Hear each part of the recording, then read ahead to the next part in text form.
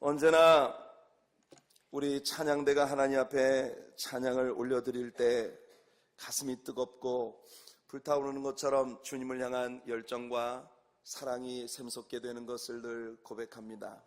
오늘 주경배 찬양대의 찬양은 정말 가슴을 뜨겁게 하는 사명자의 삶을 살아간다는 것이 무엇인지를 우리에게 상기시켜주는 너무 아름다운 노래였습니다. 험한 십자가 위에 사랑하는 독생자를 내어주셔서 우리에게 보여주신 그 사랑, 저 언덕 너머에 울고 있는 불쌍한 영혼들을 향해 이 십자가의 사랑이 전달되어 주도록 이제는 예수 그리스도의 십자가에 참여하는 일을 우리들에게 의탁하신 하나님의 그 크신 사랑, 저 높고 높은 별을 넘어 이 낮고 낮은 땅 위에 죄범한 영혼을 구원하기 위해 찾아와 주신 예수 그리스도를 통해 보여주신 그 넘치는 사랑이 오늘 우리들 모두의 마음 안에 있기를 간절히 원합니다. 제가 오늘 여러분들에게 사도행전 16장 25절 말씀을 읽어드렸는데, 이 말씀을 본문으로 해서 저는 밤에 부르는 노래라는 제목의 말씀으로 여러분과 함께 은혜를 나누고자 합니다. 지난 주일 아침 1차 전도 여행을 마치고 돌아온 바울과 바나바 일행의 사역에 대하여 함께 리뷰하면서 거기에서 우리는 하나님의 부르심에 민감하게 깨어 있었던 바울 일행의 모습에 대해 배울 수 있었습니다. 어떤 환경도 하나님께로부터 온다는 확신, 때로 건강의 위협을 받고 때로 폭도들로부터 위협을 받는 그런 아픔이 있다 하더라도 이 모든 일들이 하나님께로부터 온다는 확신을 갖고 있기 때문에 그래서 무슨 일이 와도 다 감수할 수 있었던 그들, 확실한 하나님의 뜻이 선포될 때에 그저 아무런 계산도 하지 않고 순수하고 명료하게 단순한 마음으로 순종하며 따라갈 수 있었던 순종형 인간으로서의 그들의 모습들에 대해 우리는 많은 것을 나눌 수 있었습니다. 돌아오는 수요일 저녁 우리들의 성경 여행은 사도행전 15장과 16장 일부를 커버하게 될 텐데요, 저는 오늘 16장 가운데에서 25절을 본문으로 선택해서 밤에 부르는 노래라는 제목의 말씀으로 여러분과 함께 은혜를 나누고자 하는 것입니다. 일단 제목이 상당히 가슴 따뜻하게 와닿지 않습니까? 밤에 부르는 노래. 이번 수요일 저녁 성경 여행을 통해 다루게 되겠습니다마는 여러 가지 환경적인 장애들로 말미암아 그들이 처음에 예정했던 대로 소아시아로 들어가지 못했던 바울 일행이 드로아에서 성령님의 인도하심을 간구하고 있을 때에 마케도니아 사람의 환상을 보고 그들은 하나님의 인도하심을 따라 마케도니아 지방으로 건너가게 되었던 것입니다. 그리고 그 지역의 첫 번째 도성이 바로 빌립보였습니다. 그들이 그곳에서 맞이했던 첫 번째 안식일, 그들은 기도할 처소를 찾아 강가로 나갔다가 거기 모인 소수의 여인들을 대상으로 복음을 전하게 되었고 그 여인들이 예수님을 영접하게 되었습니다. 그 가운데 나중에 바울의 빼놓을 수 없는 사역의 후원자가 되어준 루디아라고 하는 여류 사업가가 포함되어 있었던 것을 봅니다. 어떻습니까, 여러분? 일견 보기에 시작이 썩 나빠 보이지는 않지 않습니까? 뭔가 새로운 일들이 일어날 것 같은 어떤 기대, 그런 것을 충분히 가질 수도 있겠지만 보기에 따라서는 그와 정반대일 수도 있습니다. 같은 상황을 어떤 시각으로 바라보느냐에 따라서 우리는 똑같은 환경과 똑같은 상황 속에서 서로 다른, 판이하게 다른 감정을 가질 수 있다는 것입니다. 여러분, 이렇게 한번 생각해 보십시오. 제가 바울 일행에게 이루어졌던 일을 오늘날 이 시대를 살고 있는 우리들의 입장에 맞게 우리들의 털무로 바꾸어서 우리들 이야기로 좀 이야기를 해볼게요. 제가 바울이라고 가정해 봅시다. 여러분들의 목사가 어느 날 하나님 앞에 기도하고 여러분들에게 선포합니다. 여러분, 소아시아의 복음을 전해야겠습니다.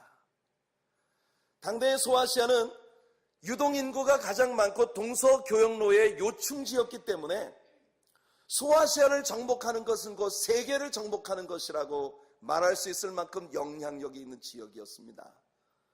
그래서 제가 여러분들에게 이야기하는 겁니다. 여러분, 소아시아를 잡아야 합니다. 소아시아를 잡는 것은 세계를 정복하는 일입니다. 예수님의 복음으로 우리 소아시아를 정복합시다. 그리로 갑시다. 여러분들이 감동을 받아서 많은 분들이 이 일을 위해서 헌금을 하고, 그리고 또 많은 분들이 이 사역에 나도 동참하겠습니다 하면서 같이 참여를 하고 가슴 벅찬 마음으로 여행을 떠났단 말이에요. 여러분, 우리가 1차 전도 여행을 통해서 배웠습니다마는 바울 사도가 사역을 잘 감당하다가 언제나 벽에 부딪힐 때 바울의 건강 문제가 큰 걸림돌이 되었다는 사실을 우리는 배웠습니다. 무슨 여유인지는 성경이 정확히 이야기하고 있지 않지만 분명히 바울의 건강 문제가 여기에도 인볼브되었을 확률이 굉장히 크죠. 어떻든 바울 일행이 소아시아로 가려고 하는데 하나님의 성령께서 그들을 계속 막으셨어요. 결국 바울이 함께한 선교팀에게 이야기하는 것입니다. 여러분, 아무래도 안 되겠습니다. 제 생각에는 이 소아시아를 복음으로 정복하는 게 하나님 뜻이라고 믿었는데 막상 와보니 그게 아닌 것 같아요. 하나님께서 아마 우리를 다른 곳으로 보내려시는 것 같은데 우리들의 차선책은 저 비두니아 지방입니다. 저 비두니아 지방을 정복하면 그래도 이 소아시아만은 못해도 뭔가 하나님께서 이 세계를 바꿔나가는 역사를 하실 수 있을 것 같습니다. 우리 비두니아로 갑시다. 착한 성도님들은 모두 아멘 하면서 따라왔어요. 근데 이게 웬일입니까? 비두니아로 가려고 하는데 예수의 영이 허락지 아니하는지라. 이 말씀의 뉘앙스가 뭔지 정확하게 기록하고 있지는 않지만 어떻든 어떤 여건, 아마 바울의 건강 문제였을 확률이 상당히 높다고 봅니다. 어쨌든 그들은 비두니아로 가는 길을 포기해야만 됐어요. 어떻게 해야 할까요? 남쪽으로 가는 길은 막혔고 북쪽으로 가는 길은 예수님의 영이 막고 있습니다. 그들은 동쪽으로부터 왔습니다. 갈 곳이 서쪽밖에 없죠. 그래서 서쪽으로 가다 보니 바다가 더 가로막혀 있는 것이에요. 이럴 때 할 수 있는 것, 바다가 육지라면 앉아서 목 놓아 노래 부르고 있어야 할까요? 그들은 여기서 하나님의 인도하심이 무엇인지를 알기 위해 또다시 하나님께 기도합니다.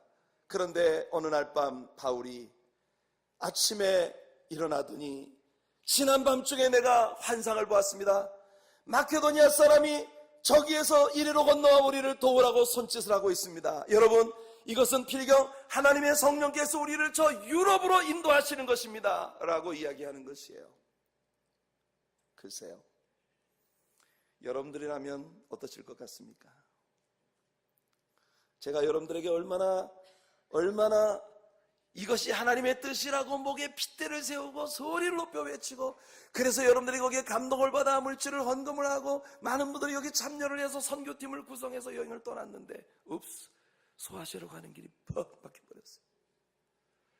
다시 제가 용기를 내서 그럼 비두니아로 갑시다, 열심히 비두니아 지방으로 가는데 예수의 영이 허락지 않은지라 못 가게 되었어요. 이미 여러분들은 저를 향하신 하나님의 부르심에 대해 의심을 시작하고 있습니다. 아닐까요? 의심을 시작. 이거 우리 목사님이 지금 하나님의 부르심을 받고 가는 게 맞긴 맞아? 아닌 것 같은데 아무리 생각해도 말이야. 열변을 토하고 소아시아 하더니 소아시아 떡 막혀. 그러니까 아니겠습니다. 비두니아로 갑시다. 비두니아 떡 막혀.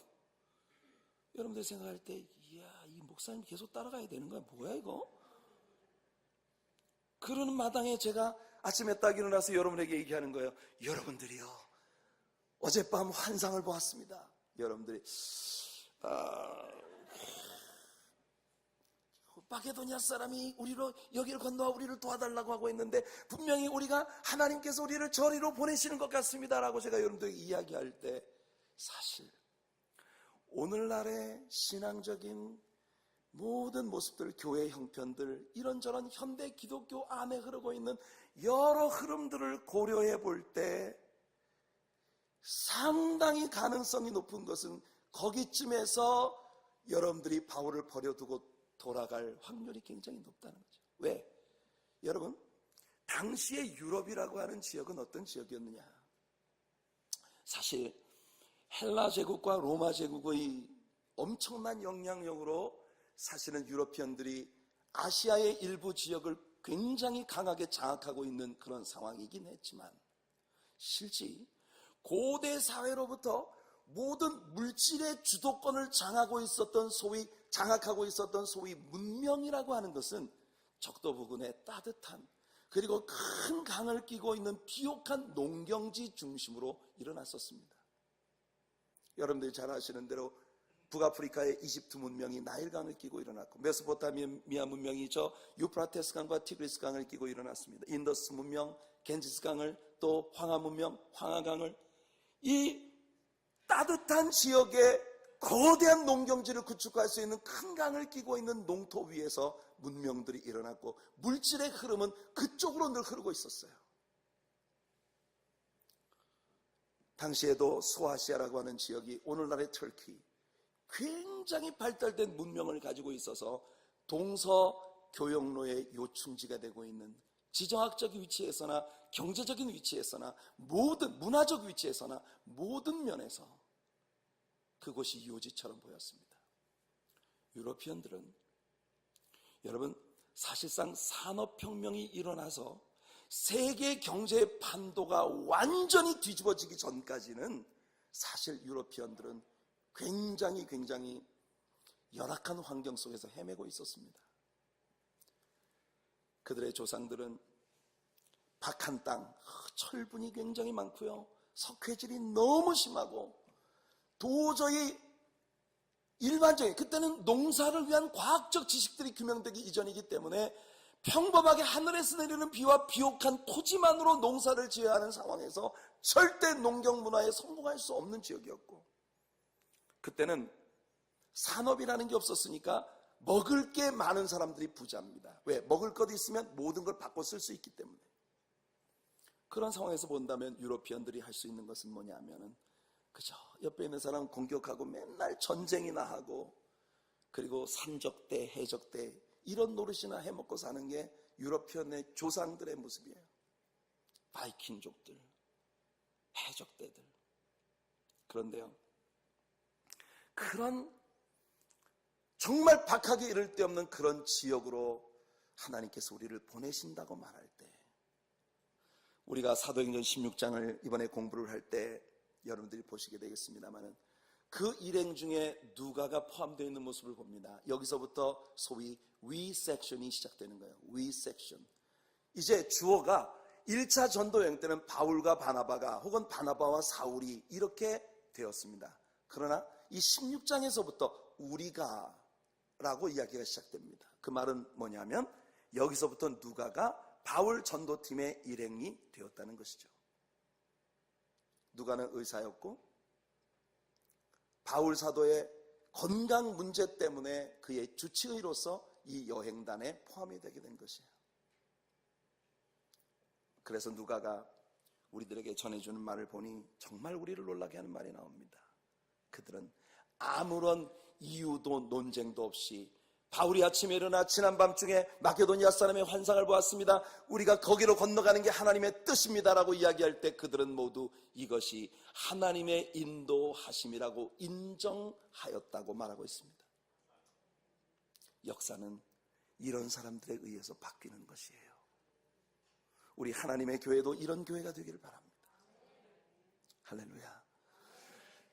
모든 정목사가 외치는 대로, 정목사가 꿈꾸는 대로 모든 일들이 일사천리로 이루어진다면 좋겠지만, 우리가 사역을 함께 나가다 보면 정목사가 여러분들로 하여금 믿을 수밖에 없게끔 여러분들을 선동을 해서, 이럴 때 선동이라는 단어를 쓰는 겁니다.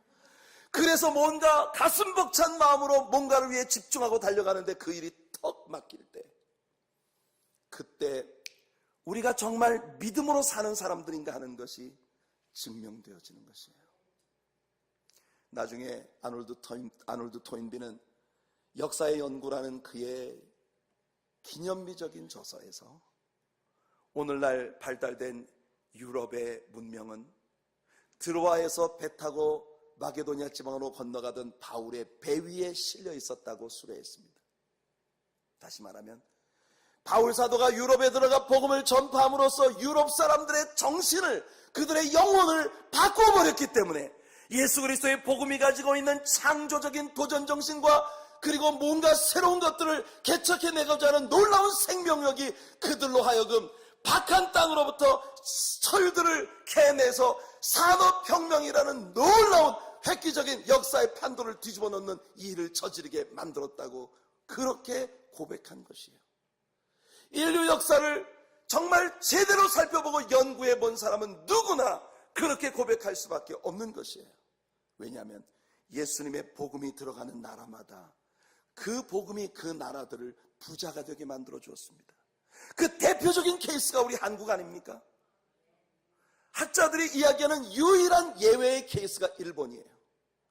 일본만큼은 복음과 상관없이 그들이 경제를 일으킨 유일한 케이스라고 그렇게 말하고 있습니다. 여러분, 이런 역사의 중대한 고비에서 바울 일행이 마케도니아 지방으로 들어갔는데, 마케도니아 지방은요, 그들의 전도의 패턴은 어느 도시든 들어가면 유대인들의 회당을 먼저 찾아가서 거기서 말씀을 가르치는 것입니다. 그러나 이 빌립보라고 하는 첫 성읍은 유대인의 회당이 없어요. 당시에는 유대인이 30명, 유대인 성인 남자가 30명 이상 있는 지역은 모두 회당을 지을 수 있었습니다. 그 말은 곧 이 빌립보라는 도성이 굉장히 반유대적 정서를 가지고 있었을 확률이 높은 그런 도시라는 것이에요. 정말 답답하게 이를 데 없습니다. 소아시아로 가려는 건 막혔고, 비두니아 가는 건 막혔고, 거기서 배 타고 마케도니아로 건너왔는데 빌립보 첫 성에 들어가니 그들이 말씀을 가르칠 무대도 없습니다. 그래서 그저 안식일에 기도하려고 강가를 찾아갔더니 여인들 몇이 앉았는데 그들에게 복음을 전하고 첫 번 얻은 열매가 여성들 몇 명이었습니다. 당시의 유대인들의 사고로 생각해 볼 때 이것은 정말 대체 이런 일을 위해서 우리를 이곳에 보냈단 말인가? 그런데 말입니다. 그들에게 이제부터 벌어질 일들은 그들이 상상조차도 못한 일들이에요. 이 바울 일행이 시내로 들어올 때 거기에서 또 다른 한 여인을 만납니다. 그녀는 아주 젊었는데 불쌍하게도 그녀는 귀신에게 사로잡혀 있었습니다. 귀신에게 사로잡혀 있었기 때문에 그녀가 귀신같이 점을 잘 쳤어요. 원래 그게 귀신이 하는 장난이기 때문에. 여러분, 많은 사람들에게 정말 귀신같이 그들의 운명에 대하여, 그들의 앞날에 대하여 이야기하고 점을 쳐주는 그런 일을 하는 그런 이 여성이 바울 일행을 뒤따라오면서 계속해서 고함을 치는 거예요. 이 사람들은 지극히 높은 하나님의 종으로서 구원의 길을 너희에게 전하는 자라, 이러면서 외치고 있는 것이에요. 이 사람들은 지극히 높으신 하나님의 종이다. 그리고 구원의 길을 너희들에게 전하러 왔노라. 이 귀신 들린 여자가 뒤쫓아오면서 계속 소리를 지르고 있는데, 글쎄요, 오늘날 좀 웬만한 목회자들 같으면 It's not bad, is it?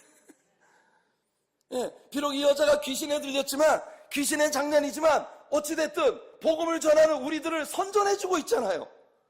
우리가 하나님의 지극히 높으신 하나님의 종들이고 우리가 구원의 복음을 이곳에 전하러 왔다는 걸 이 여자가 막 떠벌려주니까 와우, 사람들로 하여금 우리들에게 집중하게 해주는 선전 효과가 있잖아요. It's not bad, not bad at all. 그러나 말입니다, 우리는 루스드라라는 도시에서 그들을 신처럼 경배하려던 사람들에게 분노했던 바울의 마음을 압니다. 바울의 순수함은 절대로 귀신 들린 이 사람의 애드버타이즈먼트를 통해서 승승자gun거하고 싶은 마음이 없었다는 것이에요. 그래서 바울 사도는 성경이 우리들에게 기록하는 바로는 바울이 이 일로 무척 괴로워했었다고 이야기하고 있습니다. 흥미롭지 않습니까? 바울은 마귀가 자기를 선전해 주는 걸 바라지 않아요. 그는 언제나 모든 것이 하나님의 방법으로 하나님의 때에 이루어지기를 바라는 사람입니다. 그래서 바울은 자꾸 쫓아오며 귀찮게 하는 그녀를 향하여 예수님의 이름으로 명령하여 귀신을 쫓아내버렸습니다. 할렐루야. 모든 악한 영들이 다 그리스도의 이름의 권세 앞에 복종하게 되어 있습니다. 믿습니까, 여러분? 그러므로 그녀에게 들렸던 모든 귀신이 다 떠나가 버렸어요. 여러분들은 아멘 할렐루야 하시겠지만 이 일은 바울이 생각도 못했던 큰 문제를 초래하게 됩니다. 왜냐하면 그녀를 뒤에서 조종해서 돈을 벌던 사람들이 있었다는 것이에요. 오늘날 이 세상에는 여러분들이 상상 못하는 그런 다양한 종류의 엔터프라이즈들이 있습니다. 여러분, 미국에서 가장 돈을 많이 벌어들이는 엔터프라이즈 중에 하나가 뭐냐면 텔레비전에 나와서 여러분 사이킥 리딩, 팜 리딩, 전화로 여러분들의 운명에 대해서 점쳐주고 상담해 준다는 그런 프로그램들을 여러분들 아실 거예요. 그런 것들을 통해서 벌어들이는 돈이 어마어마한 액수의 돈을 매년 벌어들인다는 것이에요. 그게 뭡니까? 나와서 전화를 하고 이거 상담을 하는 그 사람들이 뒤에 이것을 조정해서 하나의 거대한 사업을 일으키고 있는 자들이 있다는 것이에요. 세상의 문화의 코드는 좀처럼 변하지 않습니다.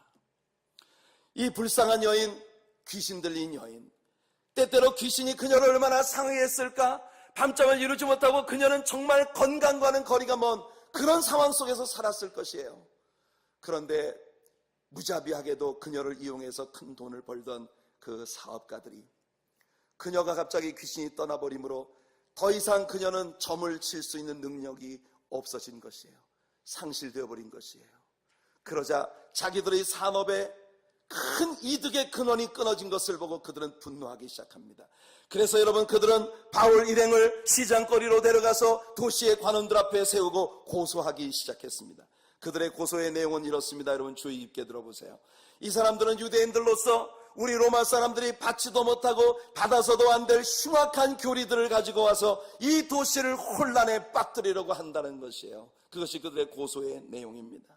당시 빌립보에는 유대인들이 그리 많지 않았고 자연 유대인에 대해 좋은 감정을 가질 수 없었을 것이에요. 어쩌면 반유대인 정서, 반유대주의 정서가 그 도시를 휩쓸고 있었을지도 모릅니다. 그들은 이 사람들의 교리는 우리 로마 사람들이 받을 수 없고 또 행할 수 없는 불법적인 가르침이라고 주장을 했는데 그 이유는 로마 사람들에게는 황제가 곧 신이었습니다. 그게 로마의 법이에요.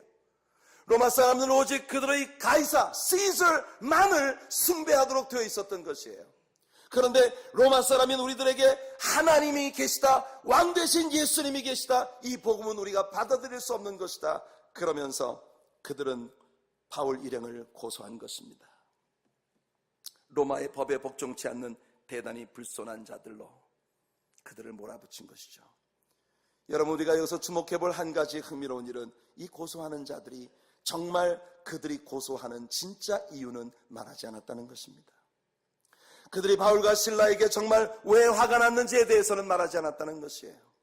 당연히 그들은 로마 정부의 관원들 앞에서 자신들이 화가 난 것이 로마 제국에 대한 헌신도 때문이었다고 비춰지게 만들고 싶었던 것입니다. 사실상 그들의 진짜 이유는 그들의 물질적인 이득을, 이 귀신 들린 불쌍한 여자를 조종해서 뒤에서 떼돈을 벌고 있었던 자신들의 산업의 이득을 잃게 되었다는 야비한 인간의 야욕이 그들의 문제였던 것입니다. 자신들의 주머니에 들어오던 물질이 끊어졌다는 것, 그래서 그들은 바울을 고소한 것이에요. 그러나 그들은 거창하게 이 문제를 로마 정부에 대한 헌신도의 문제로, 애국심의 문제로 끌고 가는 것이에요. 이것이 인간 본성의 진상입니다.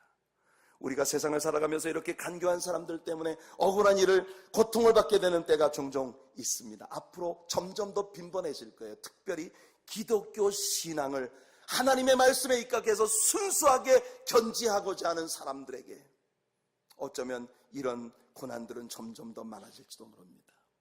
생각해 보세요. 기독교 역사 가운데 참으로 진리편에 서 있던 수많은 사람들이 이런 구도의 싸움의 희생양들이 되었습니다. 이사야는 톱으로 켜서 죽임을 당했고 예레미야는 감옥에 가두어졌고, 여러분, 얼마나 많은 하나님의 종들이 돌에 맞아 죽임을 당했습니까? 이유가 뭡니까? 그 시대의 거짓 선지자들이 참된 하나님 말씀을 외치는 그들의 말씀 앞에서 처절하게 무너져 내리는 자기들의 인간적 야욕의 희망이 깨어지는 것 때문에 그들을 향해 돌을 던진 것이에요. 그러나 그들은 언제나 그들의 의도를 포장합니다. 애국심으로, 그리고 경건주의로, 율법주의로. 따지고 보면 예수님께서 당시 종교 지도자들에 의해 박해를 받으시고 십자가에 못 박혀 죽으신 것도 마찬가지 구도인 것입니다. 왜? 예수님의 가르침은 사사건건 바리새인들과 서기관들의 뒤에 숨은 인간적 야욕을 드러냈던 것이에요.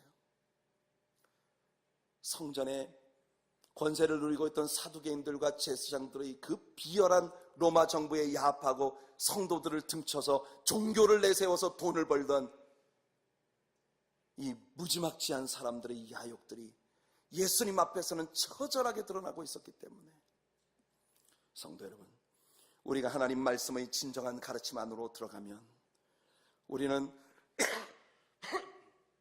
죄송합니다. 세상의 옳고 그름과 인간의 숨겨진 야욕이 무엇인지를 분별해낼 수 있는 지혜가 생길 것입니다. 언제나 수면 위에 떠오르고 있는 그 일들이 진짜 이슈는 아닙니다. 야비한 욕심과 간교함이 그 드러난 이슈들 이면에 감추어져 있는 것이죠. 오늘 얼마나 많은 사람들이 굉장히 거룩한 그리고 거창한 어떤 의의를 내세우고 있지만 사실은 자신의 얄팍한 야욕과 인간적인 생각들이 그 속에 숨겨져 있는지, 감추어진 속셈이 다른 사람들에게 어필 만한 합리성을 가지고 있지 못하니까 그들은 언제나 자신들을 정당한 자로 꾸미기 위해 엉뚱한 이야기들을 꾸며 의로운 사람들을 힘들게 하는 것입니다. 로마에서 파견된 관원들은 다짜고짜 바울과 실라의 옷을 찢어 벗겨버리고 그들을 치라고 명령했습니다. 여러분, 이런 불법이 어디 있습니까? 정당한 재판 절차도 없이, 여러분, 오는 수요일 저녁 성경 여행에 나오시는 분들은 이 속에서 기막힌 것 하나를 배우게 될 거예요. 오는 분들한테만 가르쳐 드릴 겁니다. 바울과 성경은 우리들에게 바울과 실라가 아주 많이 맞았다고 말해주고 있습니다. 그리고 그들은 감옥에 던져졌습니다. 간수는 그들을 든든히 지키라는 명령을 받고 그들의 발에 착고를 채웠습니다. 그리고 깊은 감옥에 던져버렸습니다. 깊은 감옥이라고 하는 건 모든 감옥들 중에 죄질이 더 무겁고 도망갈 염려가 있는 아주 흉포한 죄수들을 가두는 곳입니다. 이보다 더 억울하고 답답할 노릇이 어디 있겠어요? 얼마나 가슴 아픈 일입니까? 이어지는 말씀을 미뤄볼 때 그들은 채찍에 맞아 여기저기가 살쪄 찢어져서 그 벌어진 상처로부터 흐르는 피를 씻어내지도 닦아내지도 못했습니다. 소독도 하지 못하고 치료도 받지 못하고 손과 발은 착고에 든든히 채워졌고 깊은 감옥에 던져진 것이에요. 오늘의 세계에서 가장 추악한 환경으로 일컬어지는 멕시코의 감옥보다도 몇백 배 더 열악한 환경 속에 있었던 그 빌립보의 감옥에 바울과 실라는 던져진 것입니다. 만약 여러분들이 이런 일을 당한다면 여러분들은 어떤 생각을 할지, 그 속에서 무엇을 할 수 있을지 한번 생각해 보십시오. 잠을 이룰 수도 없을 만큼 찢겨지는 고통이 채찍에 맞아 벌어져 버린 상처로부터 온몸으로 퍼져나갑니다. 매를 맞은 자리마다 전해져 오는 욱신거리는 아픔과 아직도 씻어내지 못한 상처에 말라붙어버린 핏자국이 몹시도 여러분들을 불편하게 만들고 있겠죠. 여러분들의 미래야말로 정말 한 치 앞도 내다볼 수 없는 불확실성입니다.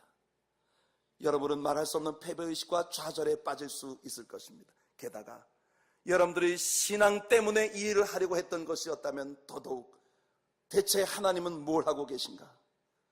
이런 일을 위해서 하나님은 우리를 여기까지 인도해 오셨단 말인가? 대체 우리 하나님은 살아계신 건가 죽으신 건가? 이런 생각이 사람의 마음을 괴롭히지 않겠습니까?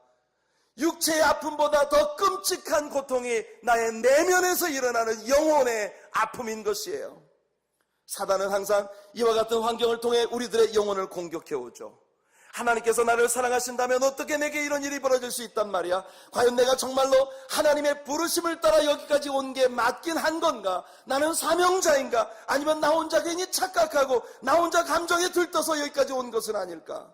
과연 얼마나 오래 내가 이 고통 속에 있어야 하나? 과연 내가 여기서 빠져나갈 가능성은 있는 것인가? 앞으로 내 삶에도 다시금 행복한 웃음을 웃을 수 있는 날이 올 수 있을 것인가? 여러분은 사탄의 공격이 항상 이와 같은 의심의 형태로 다가온다는 사실을 잊지 마십시오. 하나님의 말씀에 대해 의심하게 하고, 하나님의 사랑에 대해 의심하게 하고, 하나님의 공평하심에 대해 의심하게 만드는 이런 도전이 언제나 사탄으로부터 우리 믿는 신자들에게 다가오는 것이요. 에덴 동산에서 하와를 유혹했을 때 사탄이 사용한 것도 바로 그 방법이었습니다. 하나님이 너희를 사랑한다고? 시키지 마. 하나님은 너희들을 그저 종처럼 늘 부리고 싶은 것뿐이야. 하나님이 너희를 진심으로 사랑했다면 왜 이 동산에 있는 저 나무의 열매를 먹지 못하게 하겠어? 하나님의 말씀이 뭐라고 하더냐? 정말 이 동산의 모든 열매를 먹지 말라 하시더냐? 말도 안 되는 소리로 하나님의 말씀을 의심하게 하고 하나님의 사랑을 의심하게 하고 하나님의 공평하심을 의심하게 하는 사탄의 도전의 방식은 언제나 변하지 않습니다. 자, 여러분, 이런 환경에 빠졌을 때 여러분이 선택할 수 있는 길은 뭘까요? 이런 상황에 빠졌을 때 여러분은 뭘 할 수 있겠습니까? 우리는 여러분 영화나 드라마에 나오는 이런 장면을 충분히 연상해 볼 수 있습니다. 바울 사도가 쇠창살을 붙들고 절규하는 그런 모습을 여러분 연상할 수 있을 거예요. 어이 간수 여기 봐, 내 말 들어봐. 난 정말 억울하다니까. 판사를 만나게 해주시오. 재판장을 만나게 해주시오. 외칠 수 있을 것이요. 누군가 사람을 만나 나의 억울함을 호소하고 난 정말 이런 죄가 없습니다. 이건 전부 억울한 누명입니다 라고 호소할 수 있는, 인간에게 모든 걸 호소할 수 있는 그런 가능성을 타진하는 것이 인간의 자연스러운 반응이 아닐까요? 바울과 실라가 빠졌던 빌립보 감옥은 이 세상에서 그렇게 친근한 장소가 아니었습니다. 여기 오늘 본문을 보니 바울과 실라가 밤중쯤 되매 하나님을 찬미하고 기도하더니 죄수들이 듣더라. 여러분이 죄수들이 듣더라.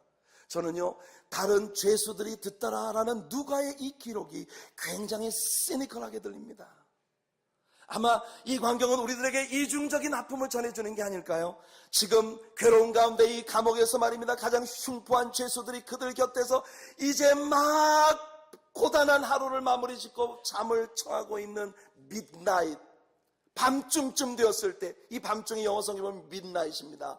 자정쯤 되었을 때 이제 막 잠을 청하고 자는 그 피곤한 죄수들에게 바울과 실라의 찬양과 기도는 어떻게 받아들여질 수 있었을까요? 진짜 왜 이렇게 우리를 빠더래? 아마 그 죄수들은 그 찬양을 들을 때 짜증이 머리 꼭대기까지 났을 수 있습니다. 어쩌면 바울과 실라의 마음속에 그런 두려움이 더 컸을 수도 있어요. 나 같은 존재가 이런 상황 가운데서 찬양을 한다면 내 옆에 있는 저 사람들이, 내 옆에 있는 이 사람들이, 나의 비통한 현실을 가장 가까운 곳에서 지켜보고 있는 저 사람들이 뭐라고 조롱할 것인가? 차라리 하나님의 영광을 가리지 않으려면 이럴 때 국으로 입이나 다물고 가만히 있는 게 좋을지도 몰라. 얼마나 많을 때 신자로서 여러분들의 삶 속에서 여러분들이 이런 위기를 마주치게 됩니까? 여러분들이 많은 사람들이 나 예수 믿는다고 아무개 교회 집사라고 장로라고 권사라고 그렇게 여러분들 많은 사람들에게 이야기해왔는데 어느 날 갑자기 여러분들의 삶에 문제가 터져서 여러분들의 자녀에게 전혀 기대하지 않았던 일이 생기고 또는 여러분들의 남편, 여러분의 아내에게 문제가 생기고 여러분들의 산업과 여러분들의 사업에 문제가 생겨서 코가 대짝 빠져 있을 때 여러분들은 여러분들을 바라보는 모든 이들 앞에서 여전히 주님을 찬양할 수 있을까요? 누가가 이 기록에서 우리에게 보여주고 싶어 했던 것은 분명 그들의 몸은 결박되었지만 그들의 영혼은 절대로 결박되지 않은 자유함이 있었다는 사실이었을 것입니다. 여러분들의 영혼이 묶이지 않는 자들이 되기를 축복합니다. 때로 삶의 상황이, 때로는 물질이, 때로는 사람들이 여러분을 결박할지 모르지만, 때로는 육체의 질병이 여러분을 결박할지 모르지만 내 마음대로 운신할 수 없고 내 마음대로 움직일 수 없는, 앞으로도 못 가고 뒤로도 못 가고 서지도 못하고 앉지도 못할 이 기막힌 상황 가운데 여러분들이 처한다 하더라도 여러분들의 영혼은 여전히 주님이 주신 자유를 누릴 수 있는 여러분들 되시기를 축복합니다. 이 세상 그 무엇이 여러분들을 결박하고 있다 하더라도 사실은 말입니다, 육체가 자유롭고 육체의 모든 것들을 할 수 있는 자유를 가졌으나 진실로 그들의 영혼이 사탄에게 결박되어 있는 사람은 모든 세상 사람들이, 세상적인 환경들이 꽁꽁 묶여 있으나 그들의 영혼은 주님 안에서 자유로운 사람들과 비교할 수 없습니다. 돈이 많아도 권력이 많아도 세상의 모든 것을 떵떵거리고 누리고 살아도 그 영혼이 무엇인가 죄로 또는 사탄에게 결박되어 있는 그런 영혼들을 보면 정말 비극이죠. 오늘 저와 여러분들의 영혼을 자유하게 하시는 하나님의 은혜가 있기를 바랍니다. 성령의 능력으로 우리에게 자유함을 주시는 하나님의 놀라운 축복이 우리를 지배하게 되기를 소원합니다. 바울과 실라의 한밤중의 노래를 기억하시기를 바랍니다. 그것은 하나님을 향한 찬양이었습니다. 하나님을 향한 예배였습니다.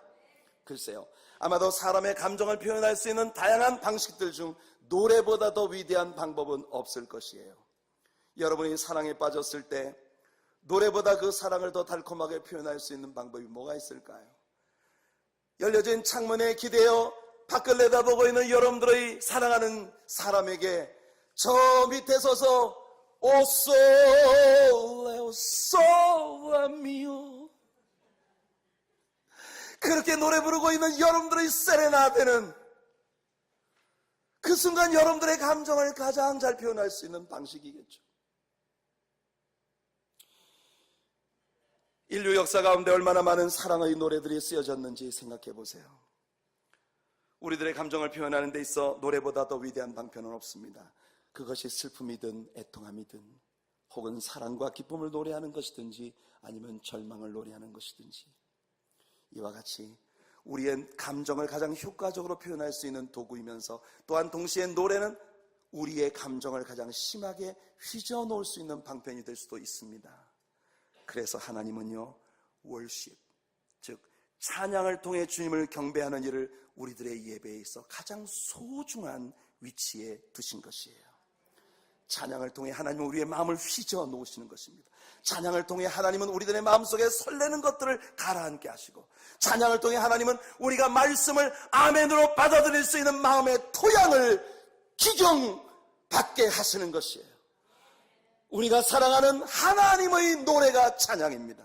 우리가 사랑하는 하나님께 드리는 노래가 찬양입니다. 우리 영혼은 바로 찬양을 통해 상승되는 것이에요. 바울과 실라의 찬양으로 어두웠던 깊은 감옥은 삽시간에 찬양과 경배의 집으로 바뀌어버렸습니다.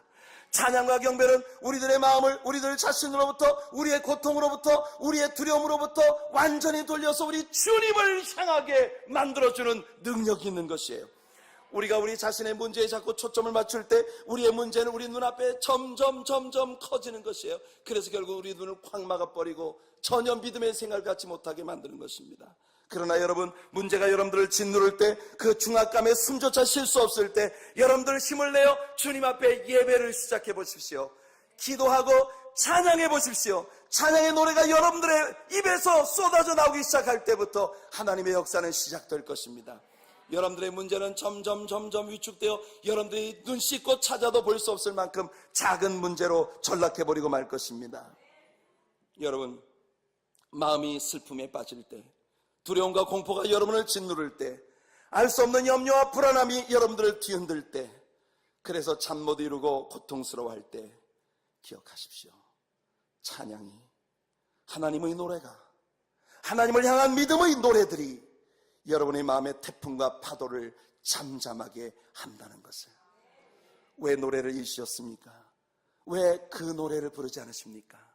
왜 입술로만 노래하고 여러분의 마음이 진지하게 그 노래 속으로 들어가지 못하십니까? 찬양은 우리들의 믿음을 더욱 확고하게 해줍니다. 우리의 시선을 우리의 문제로부터 우리 주님께로 돌리게 만들어주는 것이에요. 시편 가운데 얼마나 많은 노래들이 고통과 아픔과 말할 수 없는 절망의 때에 지어진 찬양들인지 기억하십시오. 다윗은 병들었을 때 노래했습니다. 사울 왕에게 쫓겨 토굴 속에서 생명의 위경에 처해 그야말로 죽음과 내가 한 발짝 거리에 있다고 고백할 수밖에 없는 그런 위기의 때에도 여전히 하나님께 노래 불렀습니다.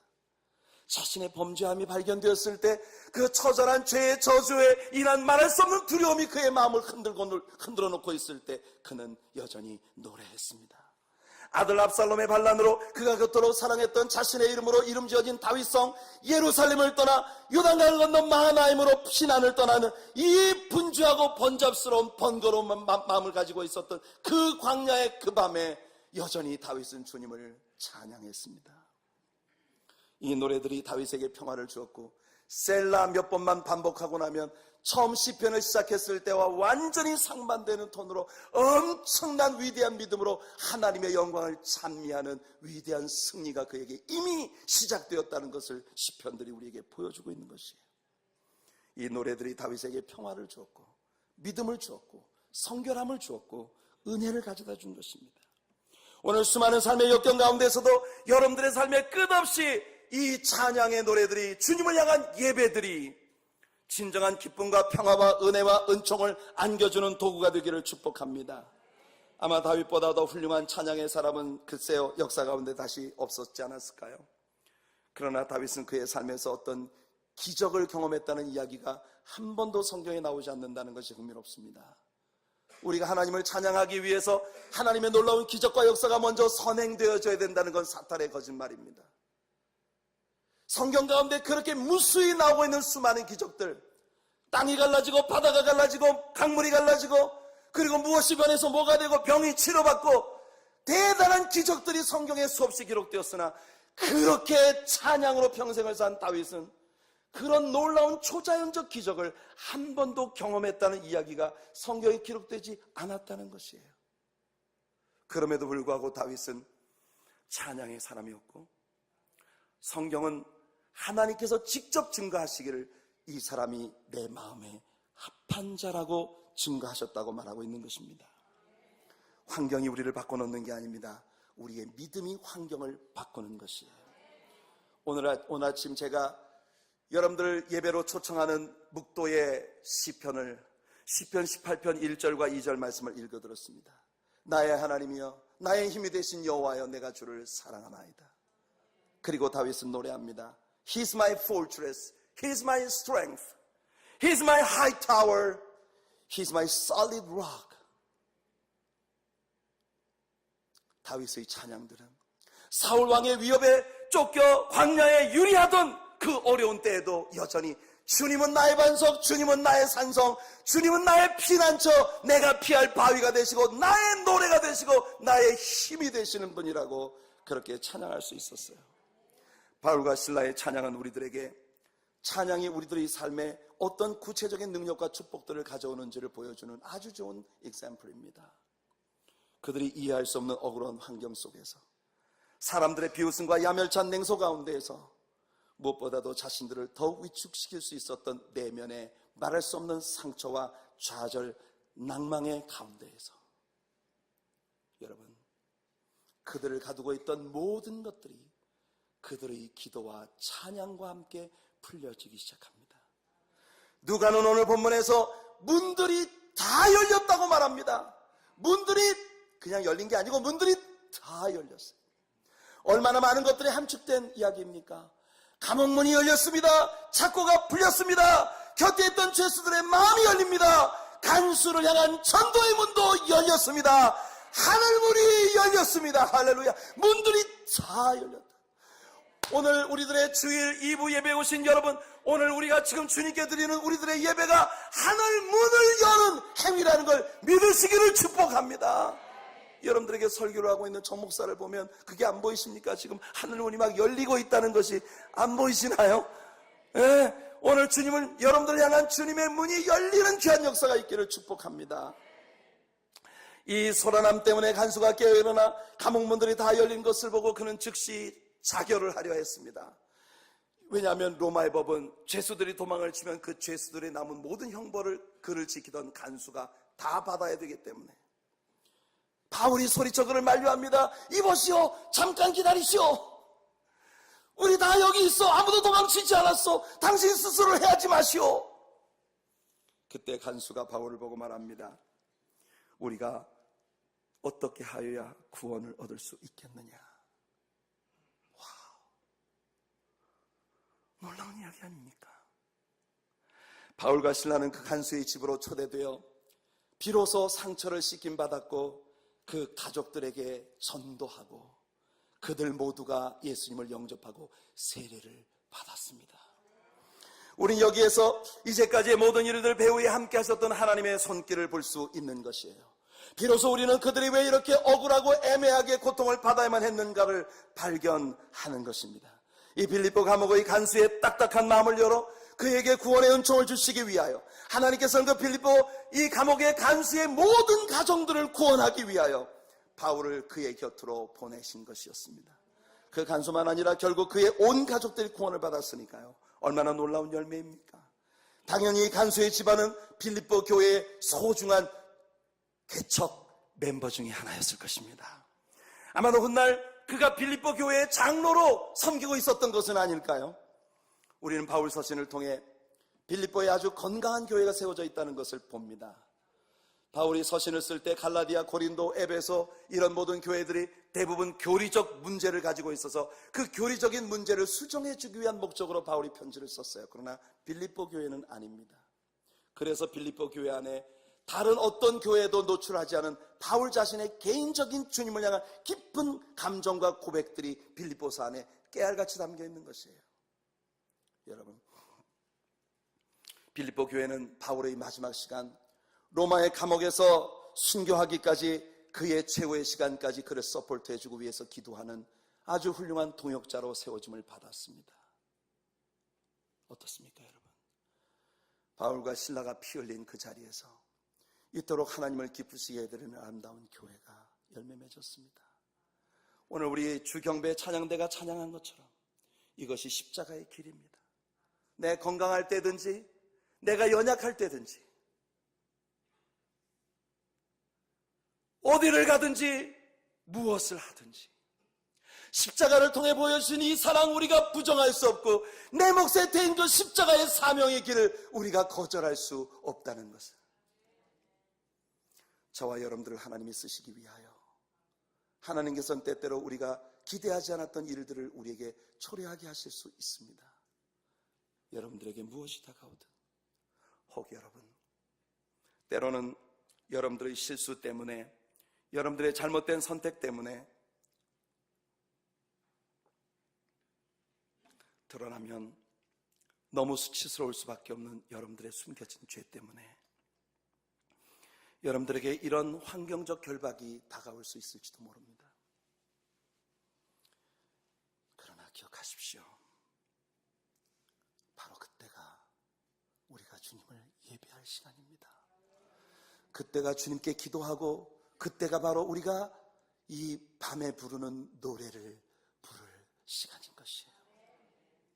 밤에 부르는 노래. 고통과 아픔으로 밤을 잊은 그대에게 하나님의 성령께서 여러분들의 내면에서부터 작은 시냇물이 점점 모여 엄청난 강을 이루고 그 강들이 모여들어 엄청난 바다를 이루듯 그렇게 여러분들의 삶의 미래를 바꾸어 가실 위대한 새 역사의 시작, 하나님의 노래가 여러분들의 영혼 속에서 흐르게 되는 귀한 축복이 바로 오늘 이 시간 여러분에게 있게 되기를 예수님의 이름으로 축복해드립니다. 우리 같이 찬양하며 함께 나갑시다. 부르신 곳에서